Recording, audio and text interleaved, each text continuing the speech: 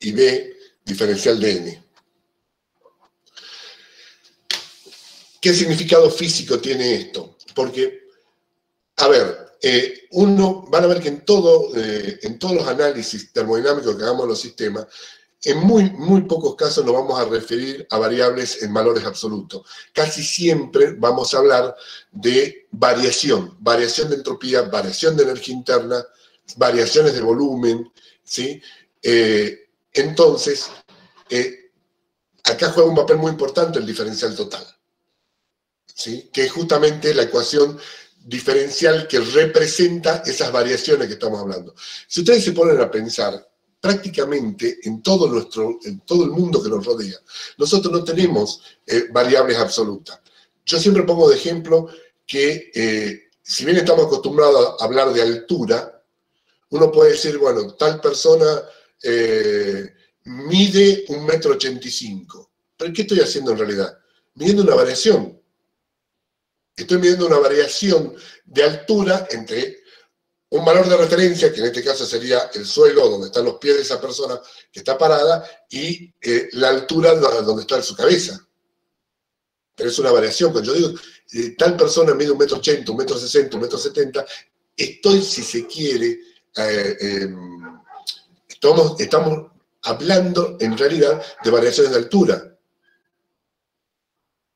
A ver, tiene algo de lógica, por ejemplo, hablar de la altura de una persona, pero tomando como referencia el nivel del mar. Sí, podría ser. Es decir, yo podría decir que la persona tal, ¿sí?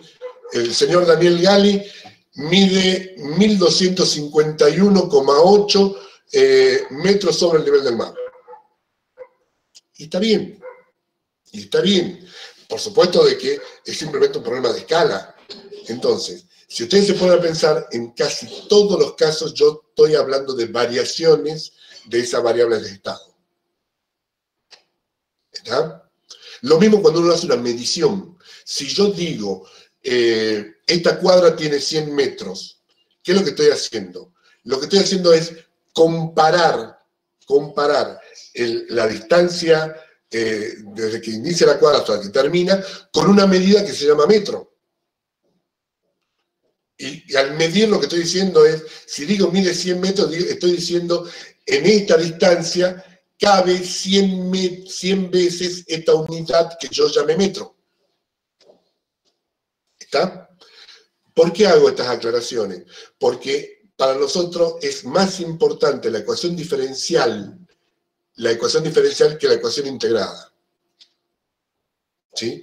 Porque van a ver que en pero muy pocos casos vamos a hablar de una energía interna absoluta o de una entropía absoluta, ¿sí? Sino que siempre vamos a estar refiriendo como delta du, delta ds, sobre todo, por supuesto, en magnitudes que son funciones de estado. ¿Vamos? Distinto es en el caso de los dos mecanismos de transferencia que habíamos hablado, que era el trabajo, ¿sí? Y el calor, en donde al no ser función de estado yo no puedo hablar de variaciones. Yo no puedo hablar de una variación de trabajo ni una variación de calor porque no son funciones de estado. No dependen solamente del estado inicial y estado final. De hecho, no hay un estado final y no hay un estado inicial cuando hay un desarrollo de trabajo. Digamos, no hay un estado inicial ni final del trabajo, ni hay un estado final ni inicial del calor. Entonces, las integrales de estas funciones, o sea, una integral de trabajo da como resultado un trabajo desarrollado. La de calor da como resultado un calor desarrollado, no un delta de calor ni un delta de trabajo. ¿Estamos? Son conceptos que ustedes van a tener que ir asimilando en todos estos planteos. Entonces, volviendo al planteo original, uno lo que hace es hacer uso, y aquí la herramienta que nos brinda el análisis matemático es muy importante, de la ecuación diferencial total de una relación fundamental como sería este caso. A ver, voy a hacer una pruebita. Permítame hacer una prueba.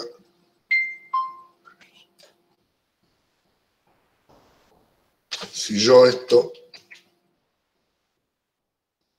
Ah, perfecto. No la tengo que escribir de vuelta a la nueva página. Esta ecuación, ¿sí?, que es el desarrollo de la ecuación diferencial de la relación fundamental en la representación energética de un sistema simple, me define también unas magnitudes derivadas de esto. Permítame que insista en un concepto. ¿Qué me está dando la ecuación diferencial total? ¿Cómo varía esa función? ¿Cómo varía la energía interna? Ahora, esa energía interna puede variar. ¿Por qué? Porque varía el volumen, porque varía el número de moles. Entonces, cada derivada parcial me está indicando cómo varía esa función total si se mantienen las otras variables constantes. Cómo varía la energía interna respecto de la entropía manteniendo el volumen y el número de moles constante. Eso es lo que yo quiero decir. A ver, acá esta partecita, esta parte de la ecuación, ¿ven? Vamos a cambiar un poquito el color. Esta parte de la ecuación diferencial me está indicando una variación parcial.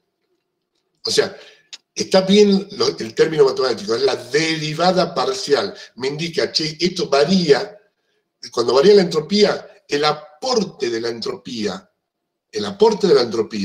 a la variación, o el aporte de la variación de entropía a la variación de la energía interna es esta derivada parcial. Lo mismo me ocurre para el volumen y lo mismo me ocurre para el número de moles. La suma de todas esas variaciones parciales me da la variación total de la energía interna.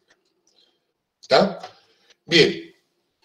Esto también me permite definir unos parámetros secundarios, por decirlo así, porque son derivados en realidad de los originales, que son estas. Esta derivada parcial es la temperatura.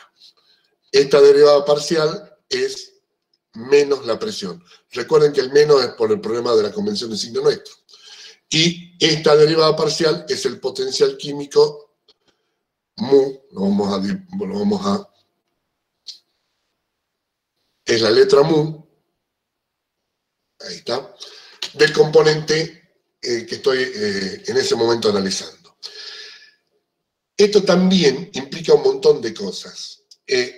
Cada una de estas derivadas parciales, ¿sí?, son también funciones de las mismas variables que la relación fundamental original. Es decir, esta t, al ser una derivada de la relación fundamental, es también una función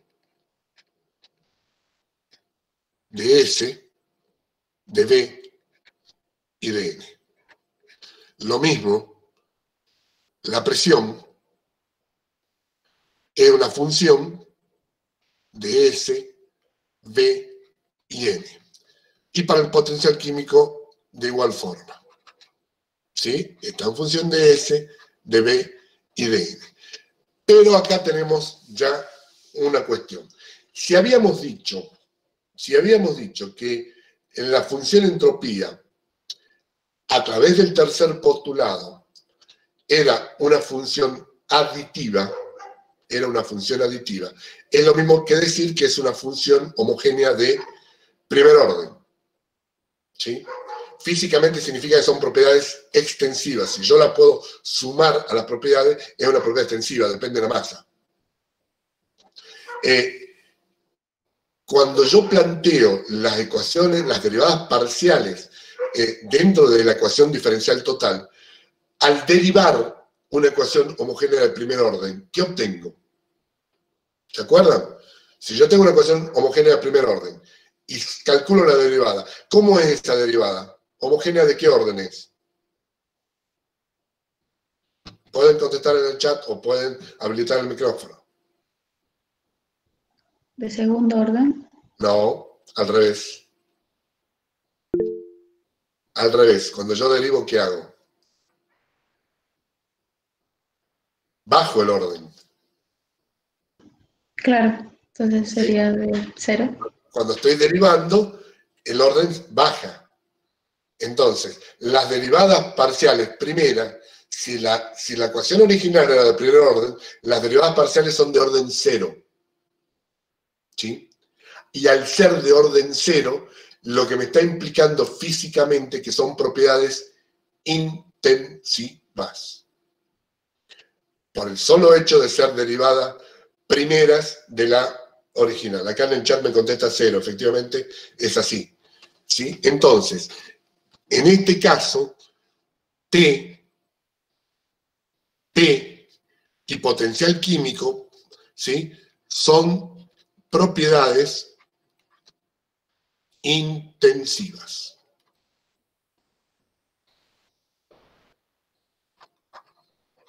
Fíjense, hay un montón de cosas que podemos ir derivando de esta misma ecuación, así como está planteado. Fíjense que la temperatura dentro de este término,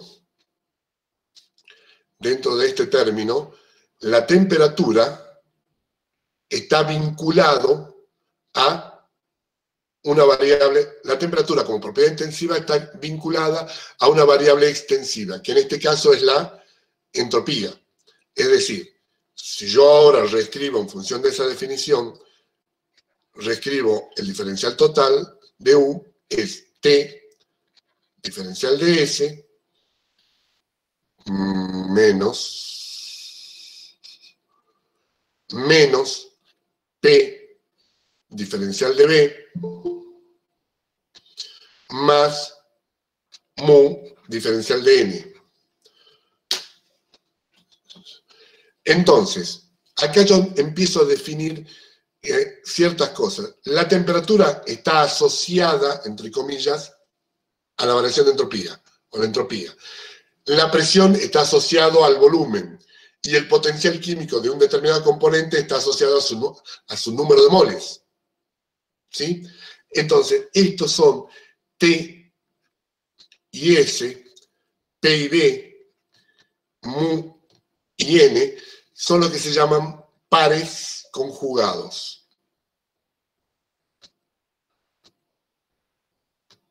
Conjugados. ¿Sí? Entonces, esto ahora todavía no le va a tomar mucha importancia en esta parte, pero cuando veamos formulación matemática de la termodinámica, que todavía no entramos en esa parte, esto es la parte básica matemática, después vamos a hacer un trabajo mucho más intenso de formulación matemática de la termodinámica, en donde vamos a llenar el pizarrón de derivadas. Esto simplemente lo hago para ir asustándolo, nada más, ¿no? Para que vean lo que se les viene. Pero no, yo en realidad lo que quiero es que entiendan físicamente qué es lo que estamos haciendo, más allá del desarrollo de análisis matemático. ¿Está? Entonces, cuando yo les diga la temperatura y su par conjugado, ¿cuál es? La entropía. La presión y su par conjugado, el volumen. El potencial químico y su par conjugado, el número de moles. ¿Está? Esto se va a volver muy importante cuando entremos propiamente en la formulación matemática. Bien. Ahora vamos a repasar la última parte de la clase pasada. ¿Hasta acá tienen alguna pregunta? ¿Algo más que quieran que volvamos a insistir? Ya les digo, no tengo problema, no nos corre el tiempo. Así que prefiero que estos conceptos se vayan arraigando lo que más se pueda. ¿Sí? A ver, acá me ponen, profe, lo de las derivadas parciales. ¿Cuándo definen que son propiedades intensivas? En realidad, el hecho de que sean las derivadas parciales propiedades intensivas es una consecuencia matemática de que la ecuación original es... Vamos a recordar que en el tercer postulado decía de que la entropía era una propiedad, una función aditiva.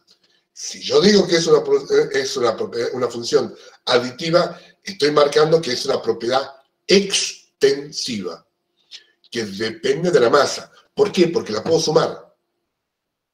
¿Sí? A ver, vamos a recordar el concepto de propiedad extensiva y propiedad intensiva. Las propiedades extensivas son las que están en función de la masa. Clásica propiedad extensiva, el volumen. ¿Sí? El volumen es una propiedad que si yo tengo dos subsistemas, cada uno con su volumen, y los junto, los puedo sumar. El número de moles, por excelencia, es extensivo.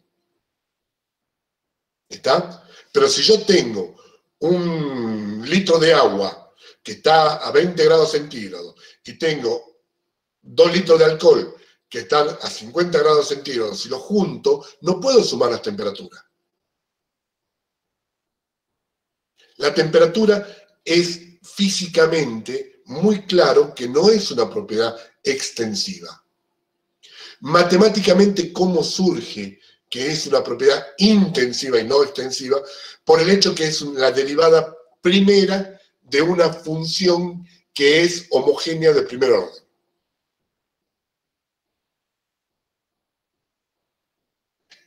Ahora, ya en un ratito cuando entremos en algunas relaciones formales, van a ver lo que es una propiedad, o se los marco. Cuando nosotros decimos, si ustedes se acuerdan, en análisis, cuando una ecuación era homogénea de primer orden. Si yo tenía la función z como una función de x y de y, ¿cómo yo sabía si era homogénea de primer orden? Y yo lo que hacía era verificar si yo a z como pongámoslo mejor, como z de x, y reemplazaba las variables, ¿sí? Tomando una constante lambda, que es un número entero, y yo ponía z como función de lambda x y función de lambda y podía verificar que esto era igual a lambda z como función de x e y, el exponente de este lambda me decía homogénea de qué grado era. ¿Está? ¿Se acuerdan de eso? Esto es análisis matemático. ¿Sí? ¿Por qué relaciono esto con el hecho de que sea aditivo? Porque al decir duplico x, duplico y si se me duplica la función, es lo mismo que yo tenga dos subsistemas iguales y los sume. Duplicar significa tener dos cosas iguales que los adiciono. ¿Se entiende? Entonces, si yo acá hago que este lambda valga 2, este lambda valga 2, siempre tiene que ser el mismo lambda para todas las variables, y eso me da como resultado que mi función se me duplica, ¿sí? Yo estoy diciendo que es una ecuación homogénea de primer orden. ¿Por qué de primer orden? Porque ese 2 sale fuera de la función con un exponente igual a 1. ¿Estamos? Ahora bien, si uno calcula la derivada parcial de esa función que es homogénea de primer orden, esa derivada es de orden 0. ¿Sí? La derivada de una función homogénea de primer orden es una derivada de orden 0. ¿Eso qué significa físicamente? Que esa derivada ya no es aditiva. Y al no ser aditiva, estamos hablando de una propiedad que es intensiva. ¿Ya? Entonces, la temperatura es una propiedad intensiva, la presión es una propiedad intensiva, el potencial químico son propiedades intensivas, que ya no dependen de la masa. ¿Sí? Y esto lo voy a mencionar para complicarlo un poquito más. ¿Cómo puedo hacer para una propiedad extensiva transformarla en intensiva? Físicamente, ¿qué es lo que puedo hacer? Dividirla por la masa. Entonces, si yo a una propiedad que es extensiva la escribo de forma que se llama específica, es decir, la escribo por unidad de masa, estoy transformando a esa propiedad que es extensiva en una propiedad intensiva. El volumen específico es una propiedad intensiva. su inversa, la densidad, es una propiedad intensiva. ¿Está? Es como que yo hubiese dividido por el lambda, acá. No sé si más o menos van entendiendo el concepto. Bueno. Ahora bien,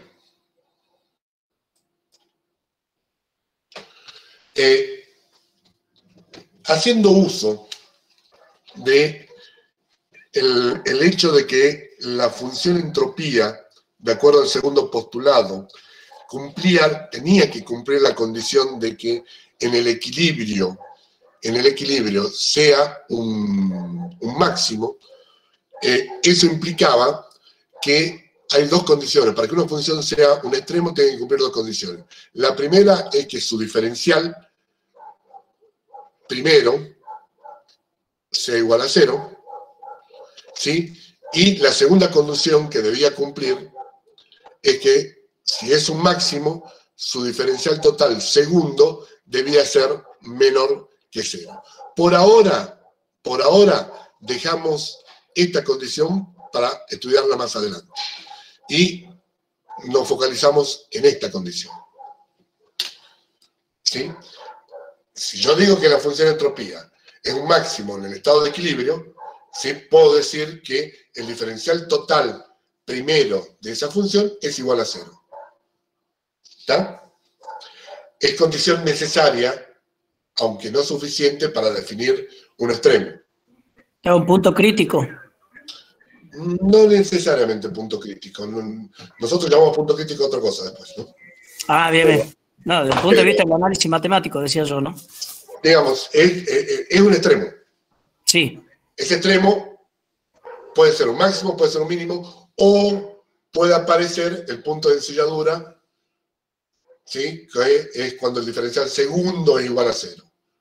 Por ahora, solamente en esta parte nos vamos a focalizar en la primera condición, en la necesaria, en donde el diferencial de esa función, al ser un extremo, tiene que ser igual a 0. ¿Sí? Esa estamos seguros que se tiene que cumplir porque es condición necesaria. ¿Está?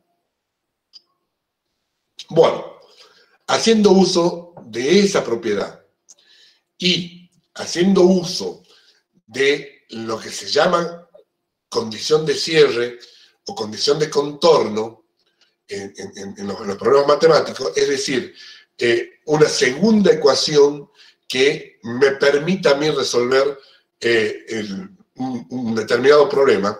Permítanme, denme un segundito, voy a traer mi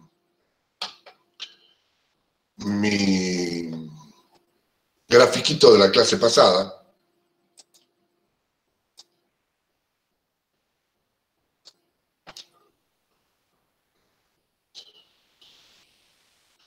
Aquí está.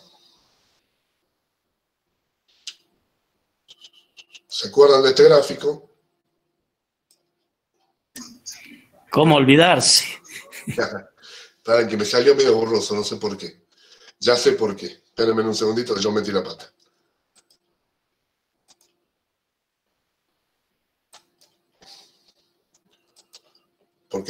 Porque traje la miniatura y no el gráfico correspondiente. Ahora sí. Lo achico. Entonces, ¿yo acá qué tengo? Tengo dos subsistemas. El subsistema A y el subsistema B.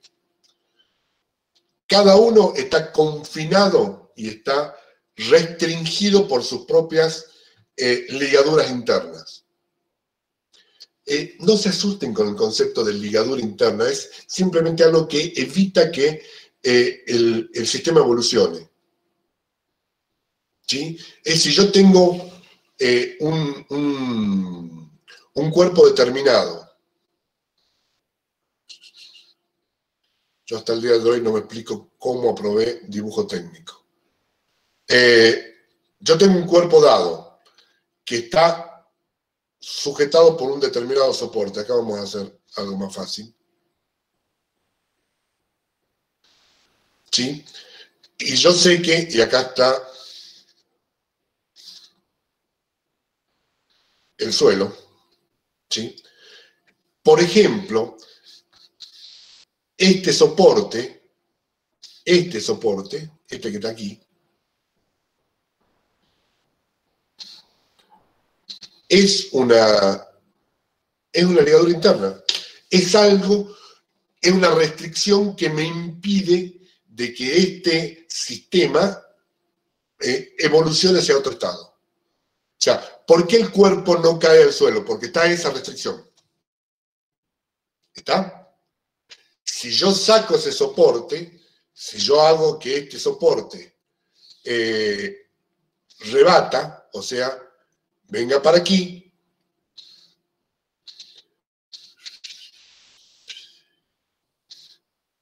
¿sí? Desaparece el soporte, ¿qué pasa con el cuerpo? Cae. Lo que estoy haciendo desde el punto de vista termodinámico, estoy dejando que evolucione por eliminación de una ligadura interna. No se asusten con las palabras. ¿Sí? ¿Se acuerdan con mi muñequito en la clase donde yo empecé a soltar ese ratoncito que tenía en la mano? Entonces mi dedo era o mi mano sosteniendo eso para evitar que caiga, era la ligadura de ese estado. Bueno, ahora, esto que yo tengo acá arriba en mi dibujo, esta pared que está acá, esta pared que está acá, es una ligadura interna de ambos subsistemas. O sea, esa pared, al ser adiabática, me gusta más subrayarlo, al ser adiabática, al ser rígida, al ser impermeable, lo tiene confinado a los dos subsistemas en una situación en donde están en un estado de equilibrio, no entre ellos. Cada subsistema tiene su propio estado inicial, que es un estado de equilibrio. ¿Por qué digo que es un estado de equilibrio? Porque sus variables de estado no cambian con el tiempo. Así como yo estoy, no hago nada, simplemente los miro y digo, tiene una energía interna,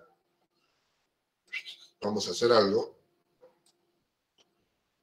después lo achico de vuelta, tiene una energía interna, tiene una temperatura, tiene una presión, un volumen, y yo mido las variables de estado, que son las variables extensivas en este caso, y digo que no cambian. No estoy haciendo nada para que cambie. O sea, no tiene influencia del exterior, no hay liberación de restricciones internas, y esas variables son las mismas a lo largo del tiempo, o sea, tienen el mismo valor a lo largo del tiempo, concluimos que eso es un estado de equilibrio. Tanto para el subsistema A como para el subsistema B. ¿Está? De hecho, recuerden que la termodinámica no está definida para otro estado que no sea el estado de equilibrio. Eso lo dejamos bien claro cuando íbamos enunciando los postulados. Ahora, ya tenemos claro cuál es el estado de equilibrio, cuál es el estado inicial de ambos subsistemas. Entonces, esperen que borro todas las estupideces. Vamos borrando esto. Ya tengo claro cuál es el estado inicial de ambos subsistemas. Ahora sí, lo que hago es liberar la ligadura interna, la restricción interna, que es esta pared que está acá. ¿Qué hago? ¿Saco la pared? No, para el primer caso que vamos a analizar, solamente le quito la condición de adiabaticidad. Es decir, permito que esa pared deje pasar el calor. Deje pasar energía en forma de calor. Esa pared se me transforme en una pared diatérmica. Que no es otra cosa que decir, a los muchachos pongan en contacto el cuerpo caliente con el cuerpo frío. Pónganlo en contacto a los dos.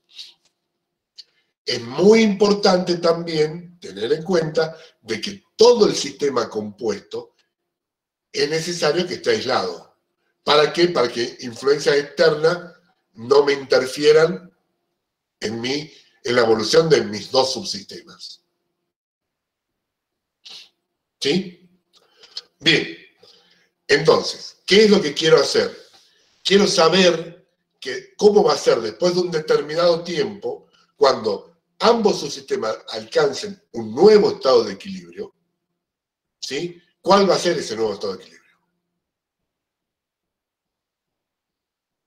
A eso quiero llegar. Le quiero aplicar la teoría termodinámica de acuerdo a como nosotros hemos postulado, ¿sí? Que me diga que estos dos subsistemas, cuando alcancen su nuevo estado de equilibrio, o sea, cuando sus variables de estado ya no varíen, no cambien, ¿sí? ¿Cuál va a ser ese nuevo estado de equilibrio? Intuitivamente, uno piensa, recuerden que estos sistemas no se están mezclando. Esta pared solamente, en el primer caso, solamente va a dejar intercambiar energía en forma de calor.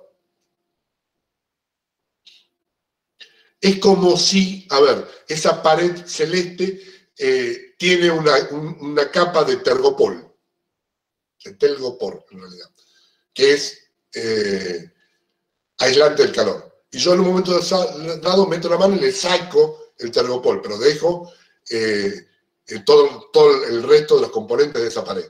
Entonces solamente saco la condición de adiabático. ¿Está? Y dejo que ambos sistemas evolucionen. Físicamente, ¿cómo van a evolucionar?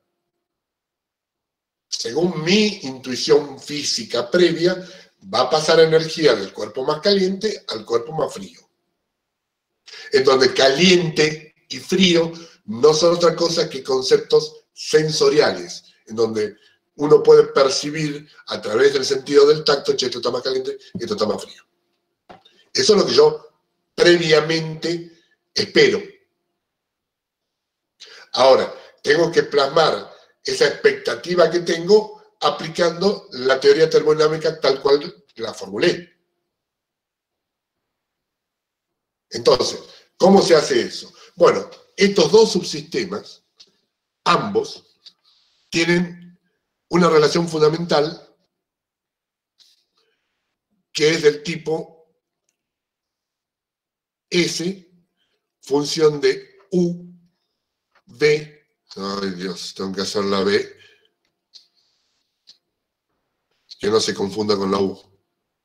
U, B y N. Ambos. Eso significa que tengo un SDA del subsistema A que está en función de UA, no más del UA, BA, NA. El subsistema B es lo mismo, pero para B. La función entropía para el subsistema B es una función que está dependiendo de V, BB y NB. Por el tercer postulado, estas funciones se pueden sumar. ¿Sí? Ahora bien, calculemos primero el diferencial, la ecuación diferencial del subsistema A. ¿Sí? El diferencial del subsistema A va a ser igual a 1 sobre TA, esto surge de la definición de temperatura y de los pasajes de término, 1 sobre TA diferencial de UA, ¿sí? Más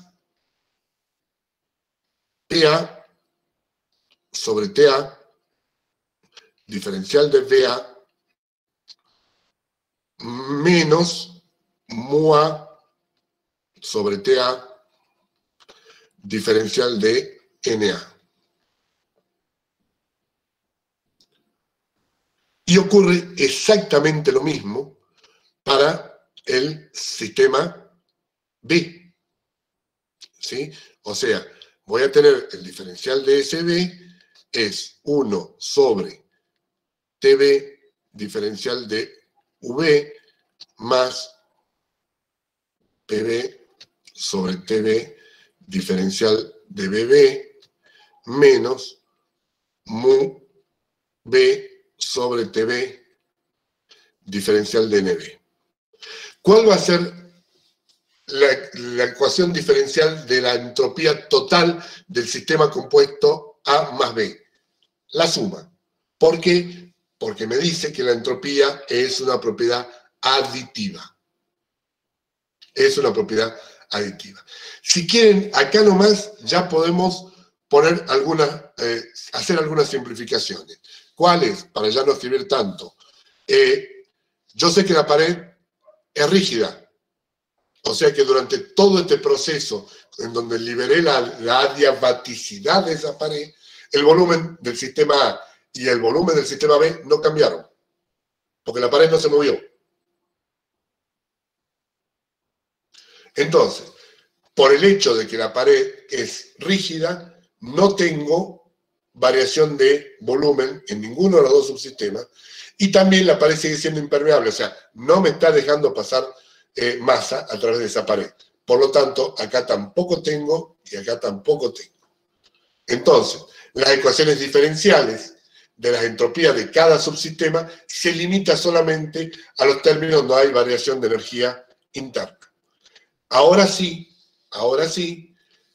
yo puedo poner que el diferencial de entropía total del subsistema compuesto, del sistema compuesto, es 1 sobre TA, diferencial de UA, más 1 sobre TB, diferencial de V.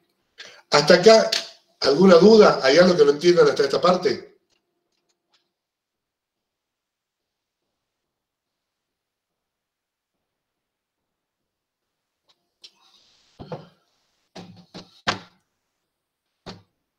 Llámenme un sí, un no, algo. Sí se entiende. Una.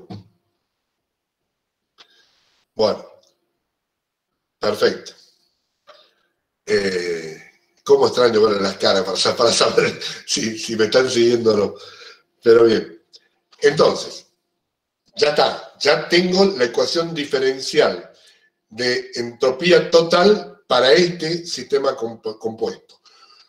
¿Cómo ahora este sistema compuesto alcanza un nuevo estado de equilibrio por la liberación de la adiabaticidad de la pared? Y por el segundo postulado, yo digo, la variación de entropía, mejor dicho, el diferencial de entropía de todo el subsistema tiene que ser igual a 0 al haber alcanzado el equilibrio, el nuevo equilibrio. Ok, listo. Hasta ahí todo fantástico. Pero yo tengo que aplicar ahora lo que se llama mi condición de contorno o condición de cierre. ¿Cuál es? El sistema compuesto, A más B, en todo instante del proceso, antes, durante y después, el sistema compuesto estaba aislado. Es decir, en todo caso, esta pared verde a lo largo de que abarca los dos sistemas me está asegurando que no hay interacciones externas que interfieran en mi proceso. ¿Eso qué significa? ¿Cómo lo expreso? Es un sistema cerrado. El compuesto es un sistema cerrado, más que cerrado, aislado. Entonces, yo puedo decir que por el hecho de que, ustedes recuerden que para estos sistemas donde no hay intercambio de masa, du tiene que ser igual a BQ más dW. No hay intercambio de calor global, ¿no? De todo el sistema compuesto. Y por ende tampoco hay intercambio de energía en forma de trabajo. Por lo tanto, ¿sí? El du total, que es igual al dUA más el dV, es igual a 0.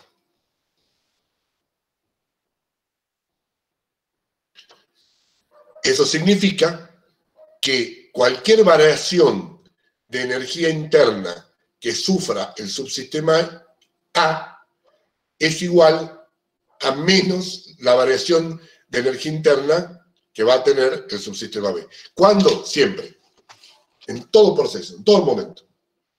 Si por algún motivo el subsistema A cambia su energía interna, el subsistema B va a cambiar de forma igual, pero de distinto signo.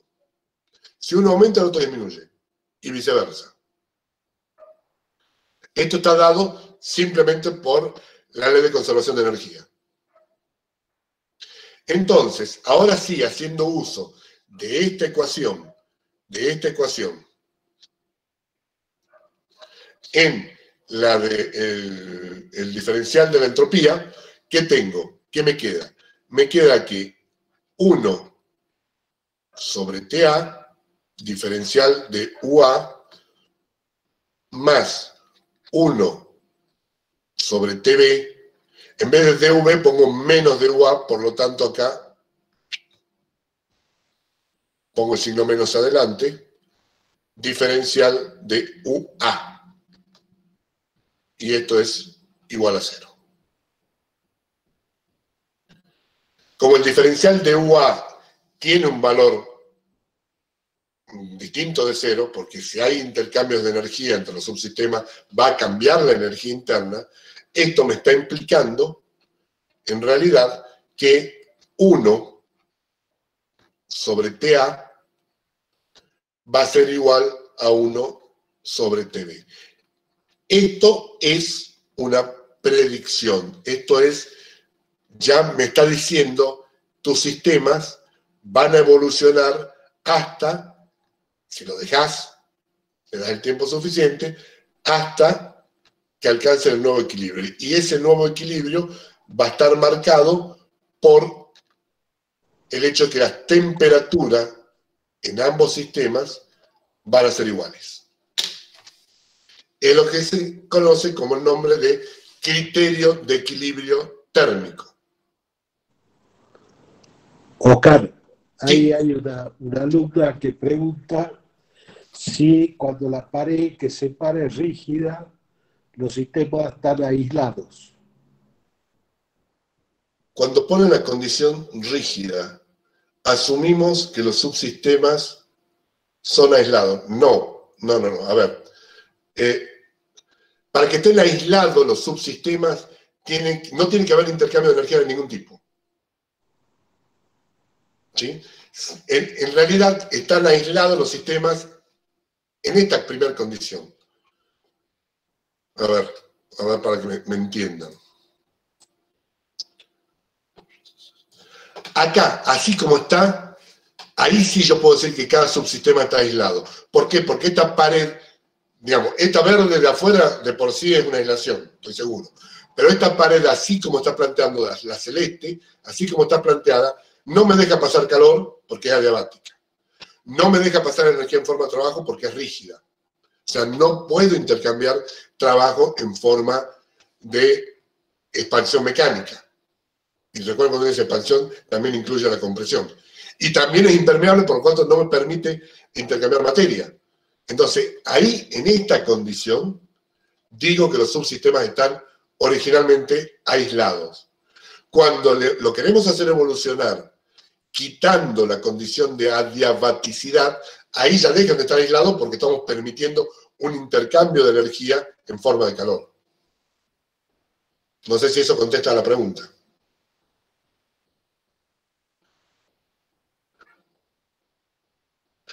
Ese equilibrio térmico es solo cuando se considera un sistema aislado. El sistema compuesto sí tiene que estar aislado, la suma de ambos sistemas. Pero de vuelta, insisto sobre un concepto.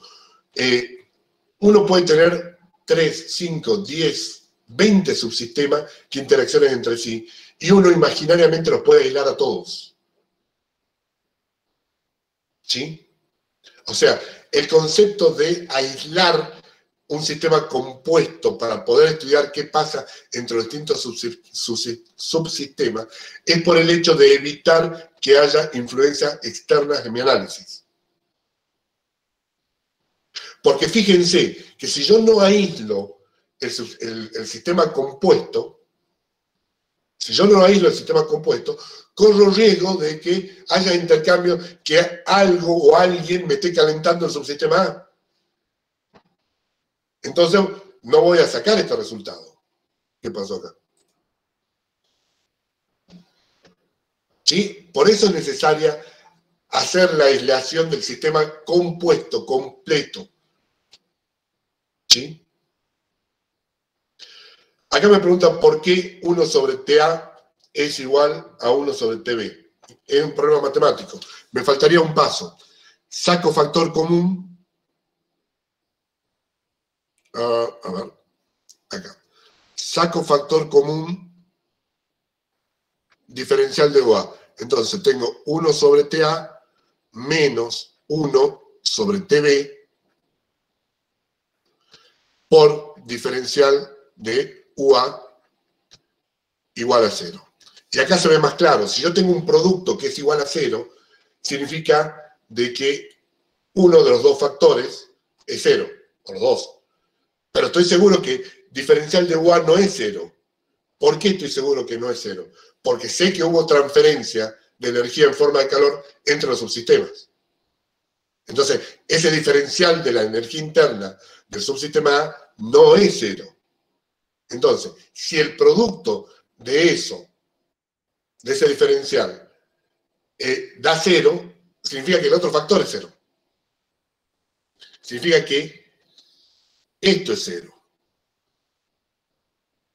Entonces, si este paréntesis es 0, significa que 1 sobre TA es igual a 1 sobre TB.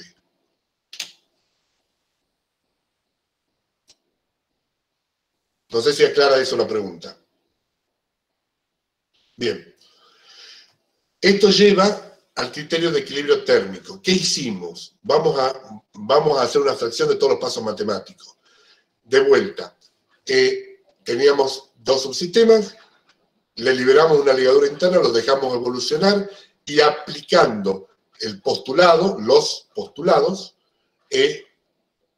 hemos llegado a la conclusión de cuál sería el estado final de esos dos subsistemas después de que evolucionaron de acuerdo a un proceso que nosotros lo fuimos controlando. Cuando digo que lo fuimos controlando, ¿cómo? Y solamente saco la condición de adiabaticidad.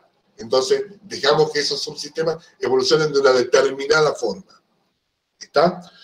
Ahora bien, replanteemos. ¿Dónde apliqué los postulados en todo este análisis? Primero, al estar seguro, al decir que es un estado de equilibrio, hay un estado inicial y un estado final. Ambos estados son estados de equilibrio, distintos, el final es distinto del inicial, pero ambos son estados de equilibrio. ¿Sí? Primer postulado. Segundo postulado, que el nuevo estado de equilibrio, la función de entropía tiene que ser un máximo. Por lo tanto, su diferencial total tiene que ser igual a 0. Ahí está, aplicado acá arriba. Segundo postulado. Aquí. Sumo ambas ecuaciones diferenciales de cada uno de los subsistemas. Tercer postulado. Donde me dice que no puedo hacer porque me dice que la entropía es aditiva. ¿Sí? Por lo tanto, sumo eso. Después simplemente aplico la condición que me marca la ley de conservación de la energía, en donde digo, che, el diferencial total no puede variar. ¿Por qué no puede variar el diferencial total? Porque está aislado. El sistema compuesto. El sistema compuesto está aislado. Entonces, no hay variación de energía interna total.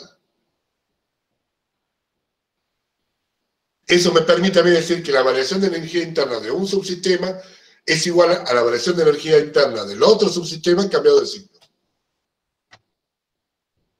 Cosa que hicimos aquí. Acá hemos aplicado la ley de conservación. Después, pasos matemáticos me lleva a la conclusión que las temperaturas finales de esos dos subsistemas tienen que ser iguales. Condición de equilibrio térmico.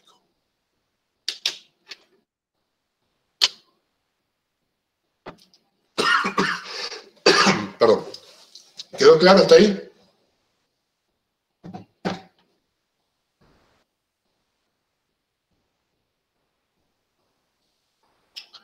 Bien. De la misma forma, ahora nos complicamos un poquito más.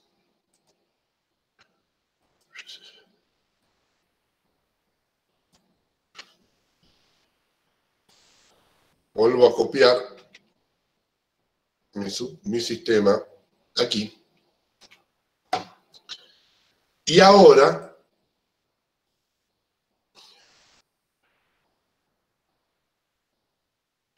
hago el mismo análisis que hice anteriormente en esta nueva situación. Vuelvo a mis dos sistemas originales con pared adiabática, rígida e impermeable. ¿Sí? ¿Y qué digo? En vez de sacarle solamente la propiedad de adiabaticidad, le saco la de adiabaticidad y también la de que es una pared rígida. Es decir, permito que la pared celeste se mueva.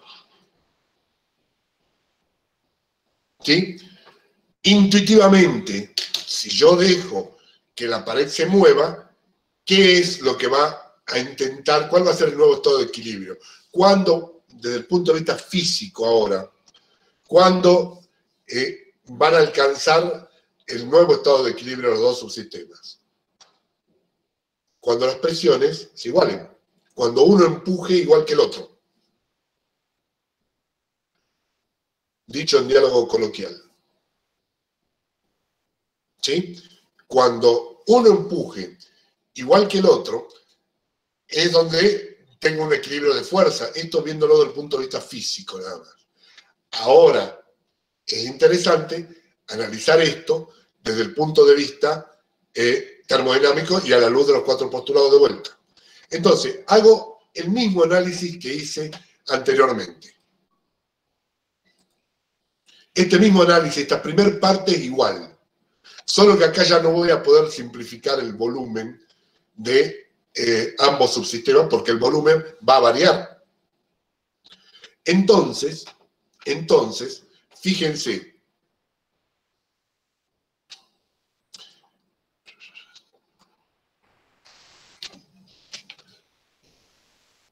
entonces, ¿ahora qué digo?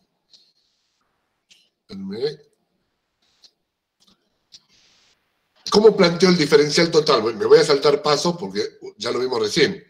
¿Cómo voy a plantear el diferencial total? El diferencial total de ambos subsistemas, o sea, la suma de ambos, va a ser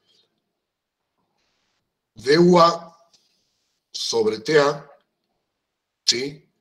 Más PA sobre TA diferencial de VA.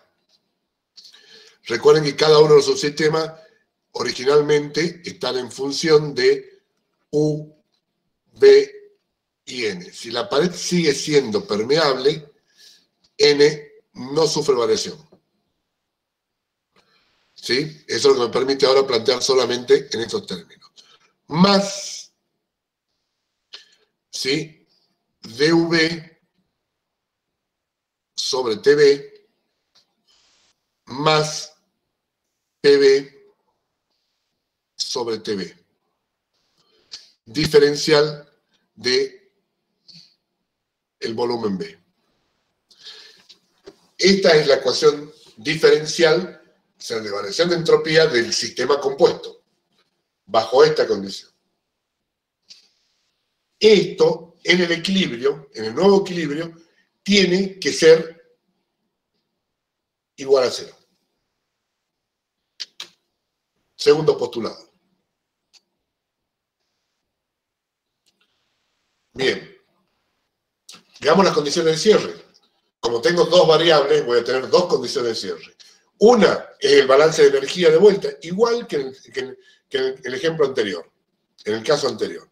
¿Sí? La variación, lo vamos a hacer con otro color para poner las otras. La variación de energía interna total, que está dada por la variación de energía interna del sistema A más la variación de energía interna del sistema B, es igual a 0. ¿Por qué? Porque el sistema compuesto está aislado. De acá surge, entonces, que dUA es igual a menos diferencial V. Igual que el ejemplo pasado. Y tenemos ahora la otra condición de cierre, en donde uno puede observar que el volumen total del sistema compuesto tampoco cambia. O sea, todo el sistema A más B, en todo este proceso, no cambia. Entonces, eso me permite decir que el volumen total, lo voy a hacer, vamos a hacer un poquitito más prolijo, y esto lo voy a hacer con verde, ¿sí? Que el volumen total del sistema compuesto, que es el volumen de A más el volumen de B, es constante. Por ende, el diferencial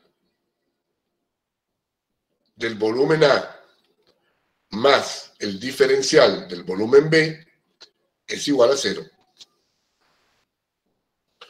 Por lo tanto, el diferencial del volumen A es igual a menos el diferencial del volumen B. Físicamente, ¿qué significa esto? Que si el volumen A se expandió en 2 litros, el volumen B se comprimió en 2 litros. Igual valor, la variación, igual valor, la variación de signos opuestos. Ahora, reemplazo todo esto, todas estas ecuaciones, en la ecuación de la entropía, la variación de entropía total, el diferencial de entropía total. ¿Sí? Entonces, acá, ¿qué digo? Diferencial de UA sobre TA, esta parte, más PA sobre TA, diferencial de VA. Acá en vez de dV pongo menos dUA, menos diferencial de UA sobre TV. Y lo mismo, en vez de diferencial de BB pongo diferencial de BA por esta última ecuación que saqué. ¿Sí? Y me queda menos PB sobre TV diferencial de VA igual a 0. Agrupo. ¿Sí?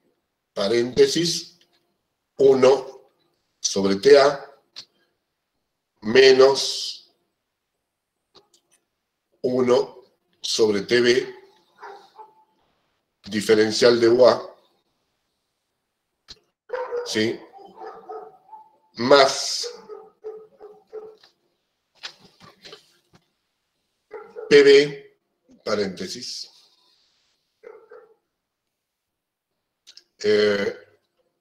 PA sobre TA menos PB, la presión de B, sobre TV, diferencial de BA. Y esto es igual a 0. Y hacemos el mismo análisis que hicimos anteriormente. ¿Sí? dUA y dVA no pueden ser 0. No pueden ser 0, porque hubo transferencia de energía en forma de calor y hubo variaciones de volumen en los subsistemas porque la pared se movió. ¿Sí? Por ende, si esta ecuación total da 0, significa que esto es 0 y que esto es 0.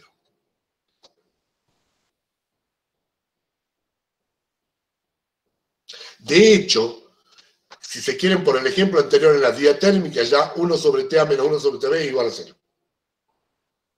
Entonces de acá surge el otro criterio que dice de que PA sobre TA tiene que ser igual a PB sobre TV. Y uno acá puede seguir avanzando. Si TA es igual a TV, por el criterio criotérmico, PA tiene que ser igual a PB. Pero lo podemos dejar así. ¿Sí? Y esto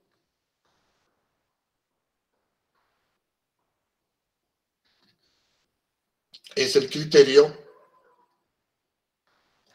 de equilibrio mecánico. Entonces ahora fíjense, para redondear ya esto finalmente.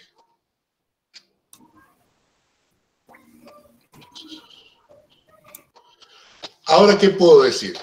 En el sistema inicial, en el estado inicial, yo decía, vamos ya para el equilibrio mecánico. Yo decía, el subsistema A lo estoy describiendo con UA, BA, TA, PA, NA. En el subsistema B, por V, TB, PB, NB. ¿Sí? En el estado final, yo tengo que largar las mismas variables. Y voy a decir, ¿UA varió? Sí varió. Sí varió. Si yo conozco la relación fundamental o una ecuación de estado que me vincula a la energía interna, puedo saber qué valor tenía OA y qué valor tenía OB en el estado inicial y en el estado final. ¿Sí? Esto lo van a ver en la práctica, claramente, van a ser algunos problemas de este tipo. ¿Sí? TA y TB, yo estoy absolutamente seguro que van a ser iguales. Porque al quitar la diabaticidad, transfirió energía en forma de calor y las temperaturas se vuelven iguales. Y también sé que la presión A final y la presión B final tienen que ser iguales. El número de moles no cambió, ¿sí? Y los valores de volumen A y de volumen B van a estar determinados. Si yo conozco, si tengo estas relaciones, puedo saber qué valores tenían antes y qué valores van a tener después. Pero eso tengo que... Sí. ¿Esa no es la ley de Charles Gay-Lussac de los gases? Sí, en cierto modo sí. Ah, sí. bien, bien. En cierto modo sí. De hecho, yo considero gases ideales esto, ¿no? Pero todavía yo no hablé de que esto sea un gas ideal. A ver, Gay-Lussac, de Charles Gay-Lussac se aplica solamente para gas ideal. Esto se aplica para cualquier cosa, ¿eh? Ah, bien, bien, perfecto. Ahora sí. Yo no hice ninguna referencia a que esto es un gas ideal.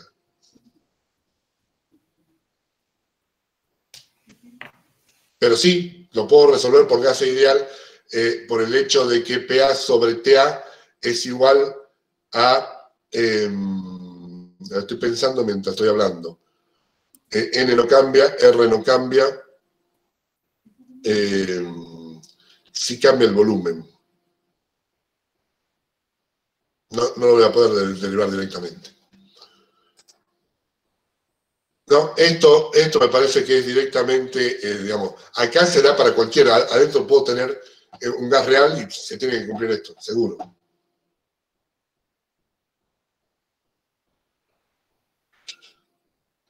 Bien. Me estoy quedando sin batería en el aparato que tengo, el chat. A ver, espérenme un segundito que intente enchufar el iPad. Si no, nos vamos a quedar... Si no, me voy a quedar sin chat.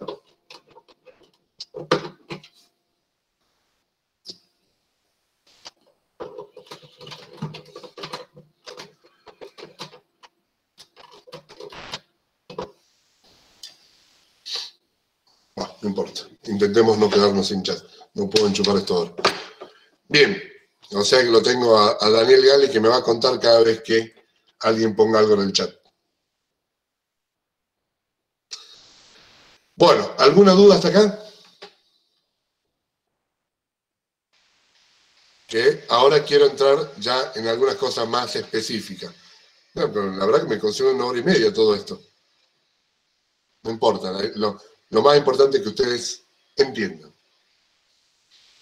Bueno, concepto de temperatura. Estos ya son temas nuevos de esta parte. A ver, es lo que vamos ahora a hablar un poquitito del concepto de temperatura. Temperatura, claramente para nosotros, es un concepto derivado. ¿Por qué? Porque por definición, lo voy a escribir bien grande, temperatura es la variación de energía interna respecto de la entropía, ¿sí? Manteniendo, en el caso de sistemas simples, las otras variables constantes. Esto vale para cualquier sistema, no solamente el simple, ¿eh? Si yo acá tengo, en vez de volumen, tengo la carga, tengo el θ, el ángulo que hablamos en el eje de rotación, la definición esta vale. En realidad, lo lógico sería que yo acá ponga todos los xj, x sub j restantes. No importa qué es. Esto vale para cualquier subsistema. Para cualquier sistema, esta definición. Ahora, acá hay algo muy interesante que tenemos que analizar. Cuando nosotros definimos entropía, la definimos como una función matemática abstracta. Y hasta el momento no hemos hablado de qué dimensiones tienen la entropía. Ustedes saben bien la diferencia entre dimensión y unidades, ¿no es cierto? Es decir, qué sé yo, una cuadra, volviendo al ejemplo anterior, tiene unidades de longitud. Perdón, tiene dimensiones de longitud y las unidades pueden ser metros, pies, yardas, ¿sí? Pero son todas unidades de longitud. Perdón, son todas dimensiones de longitud. No tengo que confundir esos términos. En el caso de la entropía, nosotros no hemos hablado de qué dimensiones tiene. Y si nosotros lo postulábamos, si postulamos y creamos esa función matemática llamada entropía, ¿sí? Perfectamente podemos decidir qué hacer respecto al tema de dimensiones de esa función. ¿Cuál a ustedes se les ocurriría que sería lo más sencillo y más fácil? ¿Qué dimensiones le pondrían a las dimensiones, no unidades, ¿qué dimensiones le pondrían a la función entropía? Todavía tengo chat, así que pueden contestar.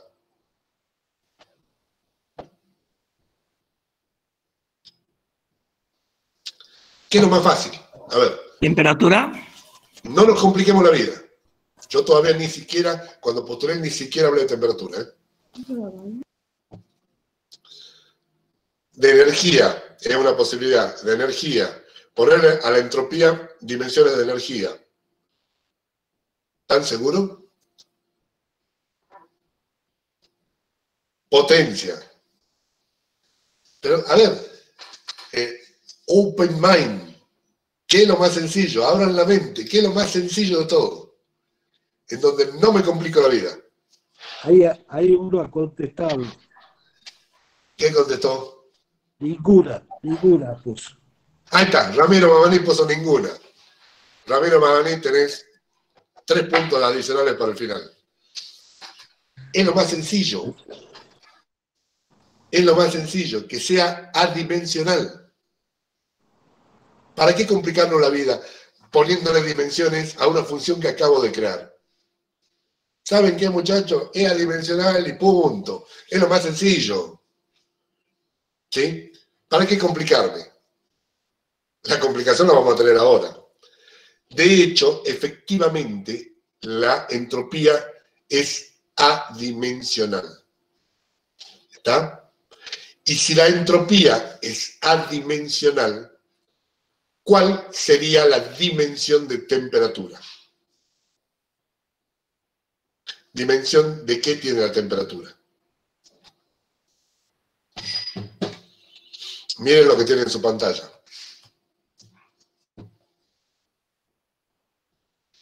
La temperatura tiene dimensiones de energía, efectivamente.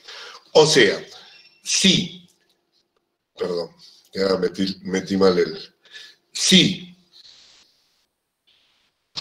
esto tiene dimensiones de energía, y esto es adimensional, la temperatura, por ende, va a tener dimensiones de energía. Y esto es totalmente congruente con el concepto primitivo inicial que se tuvo de temperatura. Es decir, temperatura inicialmente era una medida del contenido energético de un sistema. En rigor, si ustedes se ponen a pensar, ¿cómo es el proceso de medir la temperatura a la vieja usanza, ¿no? Con un termómetro? ¿Qué es lo que hago cuando le quiero medir la temperatura a alguien o a algo? Toman el termómetro, vamos a suponer un termómetro de mercurio, que ya casi... Entra en contacto. Lo pongo en contacto con el sistema. ¿Saben qué es lo que hago? ¿Saben qué es lo que hago?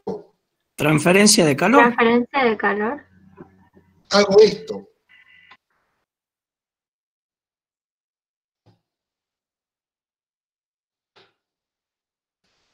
Hago exactamente esto. En donde el subsistema B es un sistema muy chiquitito, que no interfiera en los valores del subsistema A. Me cuido de que la diferencia de tamaños entre lo que estoy midiendo y mi termómetro sean considerables, ¿sí? Porque si no, esto va a ser más o menos como el principio de Heisenberg.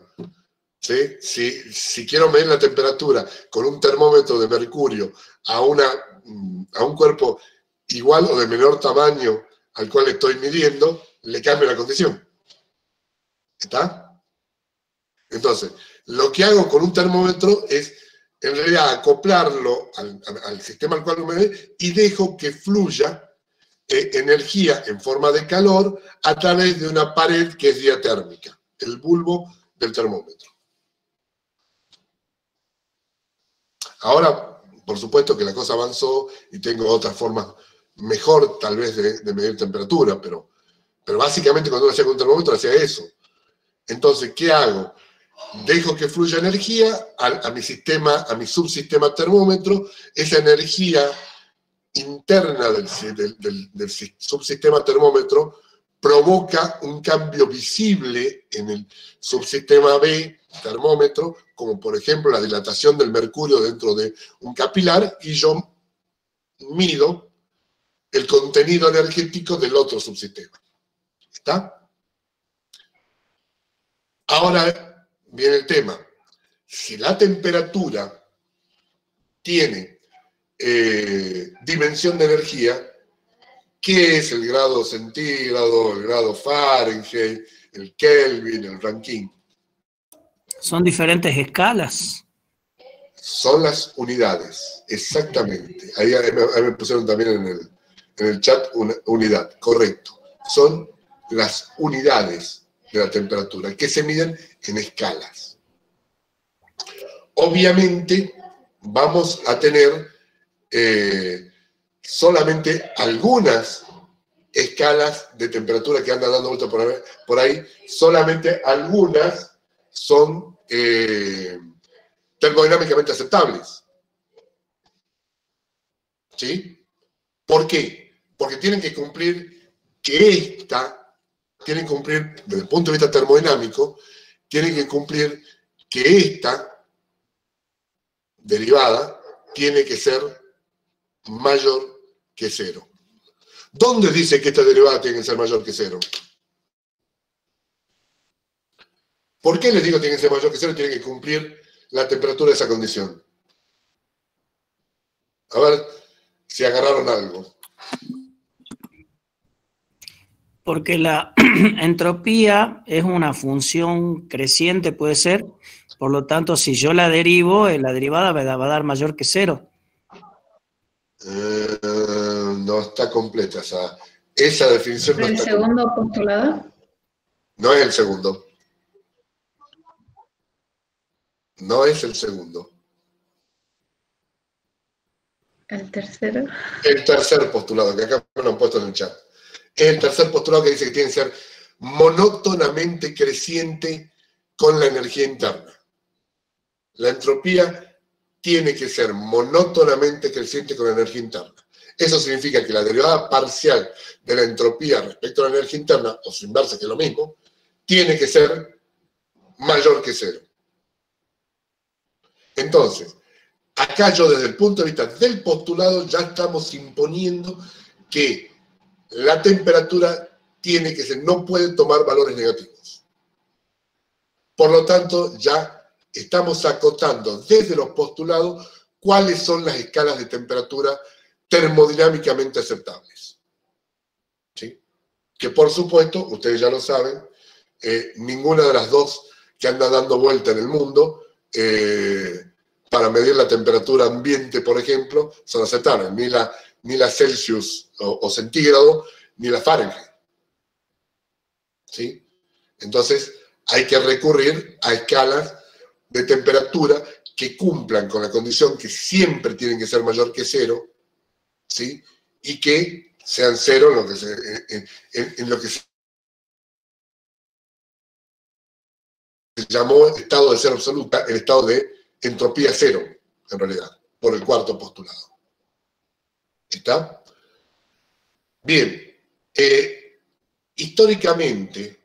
Históricamente, no está de más recordarles que cómo se crearon, cómo aparecieron esas escalas de temperatura. Bueno, la centígrado es muy familiar para nosotros. La escala centígrado, que no es una escala termodinámicamente aceptable, surgió de encontrar dos estados de la materia, que era la más común que había dando vuelta en ese momento, que era el caso del agua, y se puso un valor cero originalmente para el punto de congelamiento del agua a presión atmosférica. Originalmente, después se modificó eso. Y un valor de 100 al punto de ebullición del agua a presión de una atmósfera. Entonces, entre esos dos estados, el de congelamiento y el de ebullición, se dividió en 100 partes iguales. Y así surge la escala Celsius o centígrado. ¿Sí? Posteriormente se modifica esto cuando aparece la escala absoluta, que simplemente, la escala absoluta Kelvin, que simplemente lo que hace es un corrimiento de escala. ¿Sí? Y al punto triple del agua, se le da el valor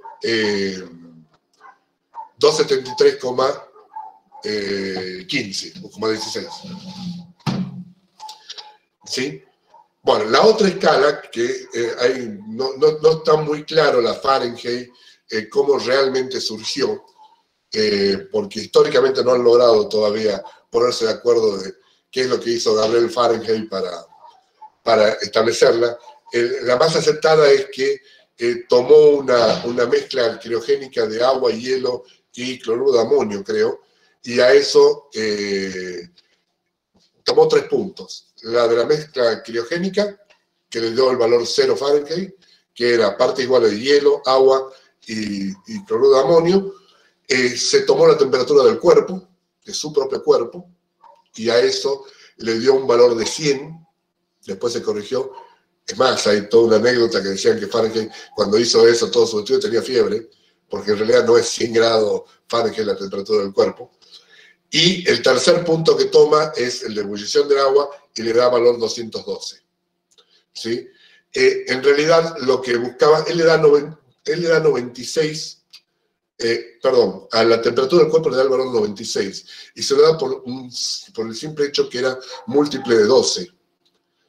Esto es anécdota nada más, no es algo que tengan que aprender. Bueno, y después, a raíz de esa escala de temperatura Fahrenheit, surge también la escala de temperatura absoluta relacionada con la Fahrenheit, que hay un corrimiento de escala que es la escala de temperatura Rankine. No me voy a detener mucho en esto porque ustedes lo van a volver a ver en la práctica y no es un tema como para insistir demasiado en el hecho de cómo se pasa de uno a otro, porque lo van a hacer en los problemas y van a derivar, van a hacer pasajes de una escala a otra y siempre recordando que las escalas termodinámicamente que en termodinámica tienen que usar es o la Kelvin o la Rankine, ¿sí? Que son las temperaturas absolutas. Un solo concepto es importante. El tamaño de grado centígrado es igual al tamaño de grado Kelvin. ¿Sí? Es decir, el tamañito que está dividido cada una de esas escalas entre Kelvin y centígrado son iguales. Lo único que hay es un corrimiento de escala. Y lo mismo ocurre para Fahrenheit y Rankine. El tamaño es el mismo. entre Rankine y Fahrenheit. Entre el grado Rankine, entre el grado Fahrenheit y el grado centígrado, sí hay 9/5 de diferencia. Es decir, el grado Fahrenheit es 9/5 más chico, 1,8 más chico entre uno y otro.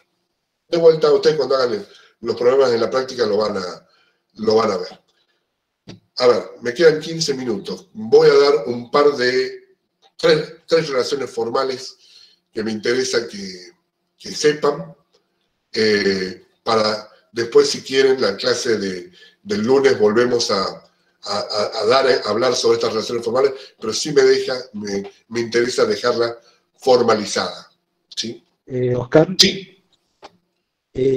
Aclaramos que aunque la entropía tenga las mismas dimensiones, sea dimensional, o que la temperatura tenga las mismas dimensiones que la energía, es importante dejar claro que la temperatura es una propiedad intensiva, ¿no? Sí, totalmente. Y la energía es una propiedad extensiva. Totalmente, tiene razón en eso, justamente lo que hicimos hincapié al comenzar, que la temperatura es una propiedad intensiva, aún teniendo dimensiones de energía. Claro. Absolutamente tiene que quedar claro eso. ¿Sí? Bueno. Y la otra cosa que, como resumen de esto también, tiene que quedar claro, que las unidades, no la dimensión, las unidades ahora de la entropía, va a estar dadas las unidades en, por ejemplo, en el MKS va a estar dada en Joule sobre grado Kelvin, por ejemplo. ¿Sí? O en el sistema británico, las unidades de la entropía va a ser, por ejemplo, BTU, British Thermal Unit, sobre Rankine.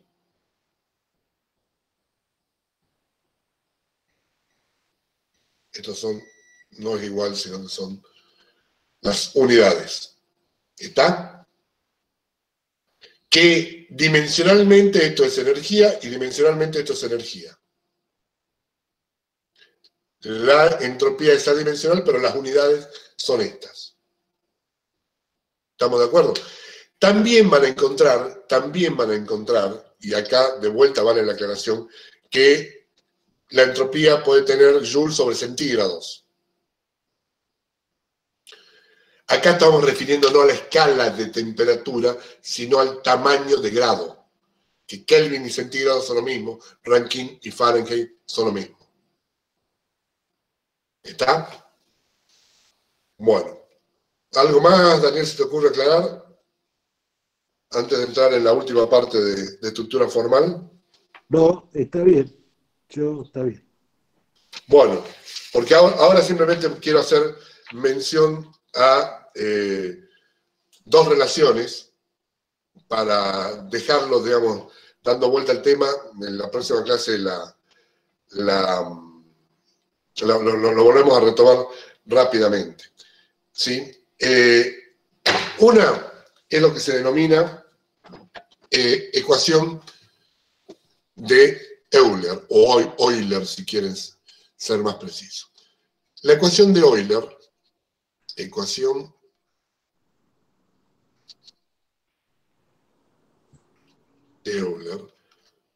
¿sí? Partiendo de la propiedad de que es una función homogénea de primer orden, uno puede decir de que U como función, ¿no? Saquemos el igual para no complicar, U como función de lambda S, lambda B y lambda N, haciendo cumplir su condición de homogeneidad de primer orden, es igual a lambda por U de S, B y N. No los voy a volver locos por la hora que es con la deducción matemática de esto, pero si yo derivo estas ecuaciones, ambos términos, lo derivo en función de lambda y lo particularizo para lambda igual a 1, vamos a llegar a la conclusión de que, se puede mostrar muy rápidamente, esto sí, ya lo voy a hacer a principio de la clase que viene, de que U es igual a, para un sistema simple, TS, ¿sí?, menos PB más mu n. Es la forma integrada de la ecuación, de la relación fundamental, ¿sí? Pero no olvidemos que esto termina, justamente, si yo ahora, esto es lo que se denomina ecuación de Euler, ¿sí? Pero si yo ahora aplico a esta ecuación, ¿sí?, aplico que el diferencial de U, aplico simplemente diferenciar ambos términos, va a ser igual a T diferencial de S, ¿sí?, más S diferencial de T por la propiedad diferencial de un producto, menos P diferencial de B, ¿sí?, menos V diferencial de P. Estoy simplemente aplicando análisis matemático, nada más, ¿no? Más mu diferencial de N, más N diferencial de mu. ¿Estamos? Y por otro lado, yo sé, por lo que habíamos hablado al principio de clase, que el diferencial de U es T diferencial de S menos P diferencial de B, ¿sí?, más mu diferencial de N. Si yo a estas ecuaciones diferencio miembro a miembro, ¿qué tengo? Tengo que S diferencial de T menos V diferencial de P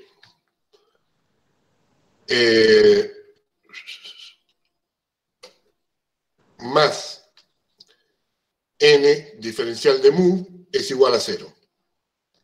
O sea, que la suma de esto, mejor dicho, este y este, tiene que dar igual a 0.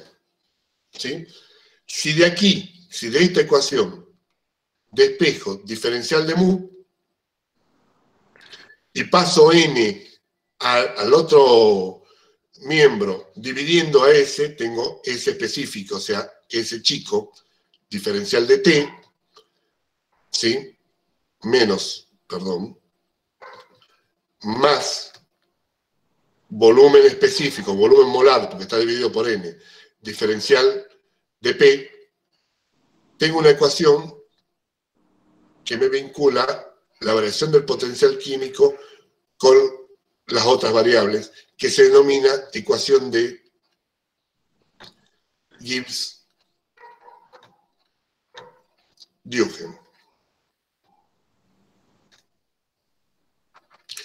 Simplemente quiero presentar esto, nada más.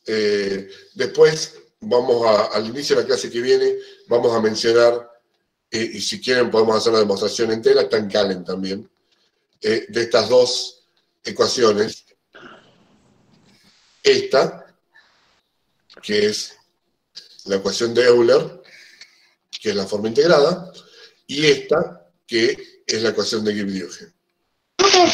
Profe, disculpe, ¿por qué hizo el cambio de mayúscula a minúscula? Porque dividí por el número de moles.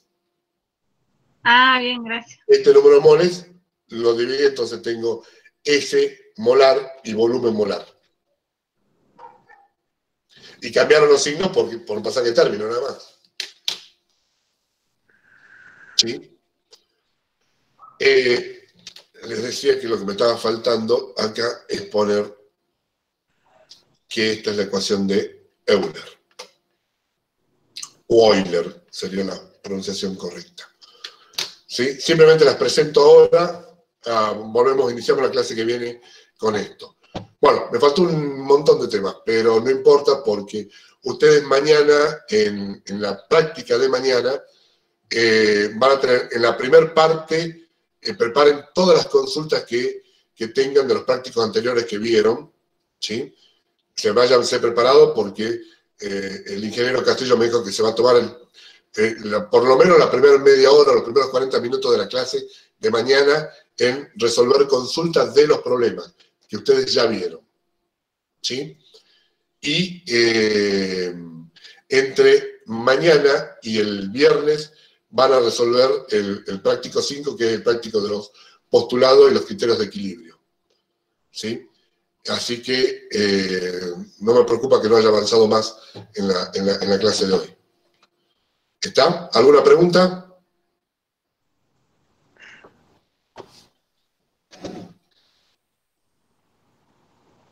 Hasta ahora normalmente hay pocas preguntas, ¿no?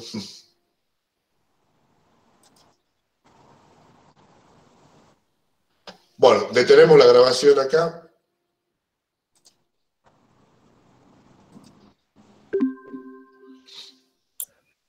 Profe, disculpe Sí. que justo se me cortó en esa parte, en la parte del BTU, que no sé, no lo pude escuchar, no sé qué dijo, lo escribió al BTU sobre R, pero no escuché la audio. Simplemente mencioné de que en el caso del sistema MKS, las unidades de la entropía serían Joule como unidad de energía y grado Kelvin como unidad de temperatura. Y si lo empezamos en otro sistema, como por ejemplo el británico, el equivalente al Joule en el sistema británico es el BTU, que es la British Thermal Unit, y dividido por el tamaño de grado Rankine o tamaño de grado Fahrenheit, también para ese caso. Eso fue toda la aclaración que hice. ¿Sí? ¿Alguna pregunta? Si ya tengo fecha parcial. No. Vamos a tener fecha parcial sobre fines de septiembre recién. O sea que no sean ansiosos. De todas maneras, los que estén cursando orgánica, díganle que ya tenemos fijada la fecha del parcial. Para que no los gane de mano. Sonamos, me está escuchando la doctora Viturro. No sé si te está escuchando. Por la duda, no. Esperemos que no. Pero no vamos a ceder este año. Nosotros fijamos primero la fecha parcial antes que química orgánica. Bueno. Sí, Profe, en orgánica ya están definidas las fechas del tercer parcial, digamos. No aceptamos ese argumento. No, está bien, ya vamos a acomodar. No hay problema. Yo por pelear nomás. Es el viernes 11, profe, orgánica, así que no se preocupe. Ah, mira, qué bien. Está muy bien. Bueno, sí, ya vamos a terminar el final. Ya me voy a sentar bien con el ingeniero Castillo, porque ya tenemos más claro.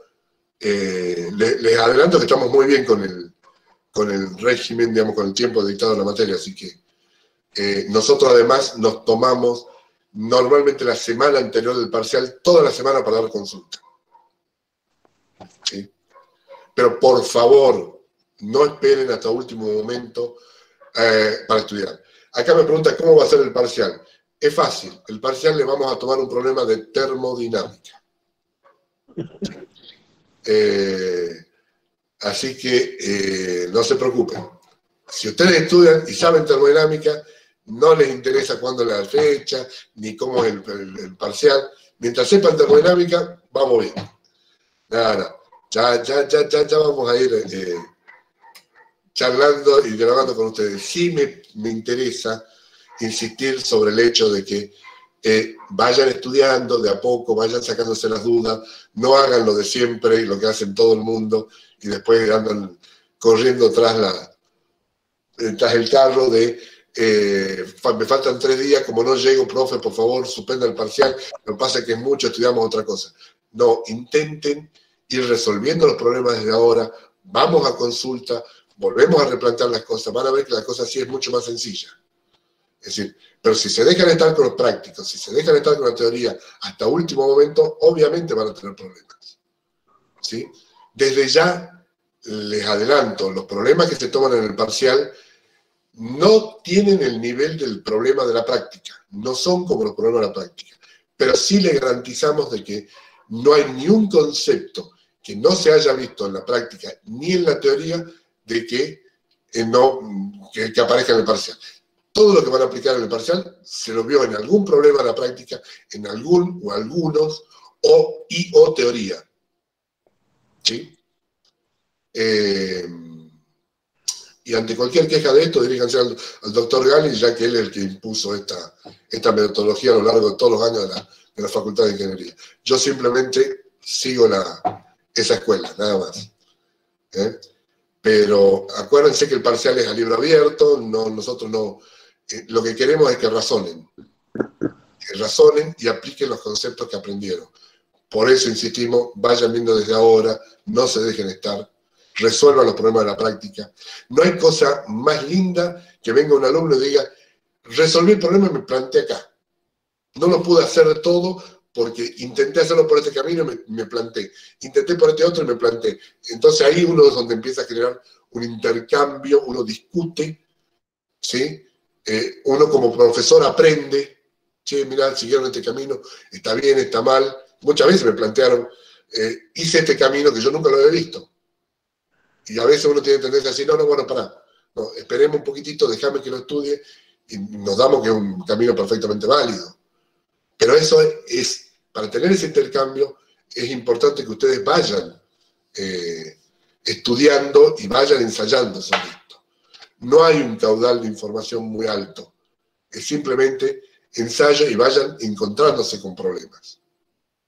Es por eso que el ingeniero Castillo también, en los distintos prácticos, les deja un montón de problemas para que ustedes solo lo hagan, para que se sienten y se encuentren, y se den de repente con alguna dificultad que van a tener que resolver. ¿Está? Les recomiendo que para mañana aprovechen la primera media hora, los primeros 40 minutos de la clase práctica, ya vayan con preguntas y planteos directos a que puedan resolver entre todos. ¿Ok? ¿Algo más?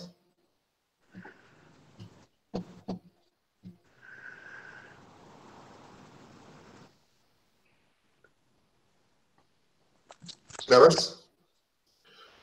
Bueno, conmigo nos vemos el próximo lunes. ¿Sí? Y mañana tiene la práctica a las horas 20. Hasta luego. Bueno, buenas noches a todos. Buenas noches, profe. Gracias. Hasta luego, profesores. Muy buenas noches. Hasta luego.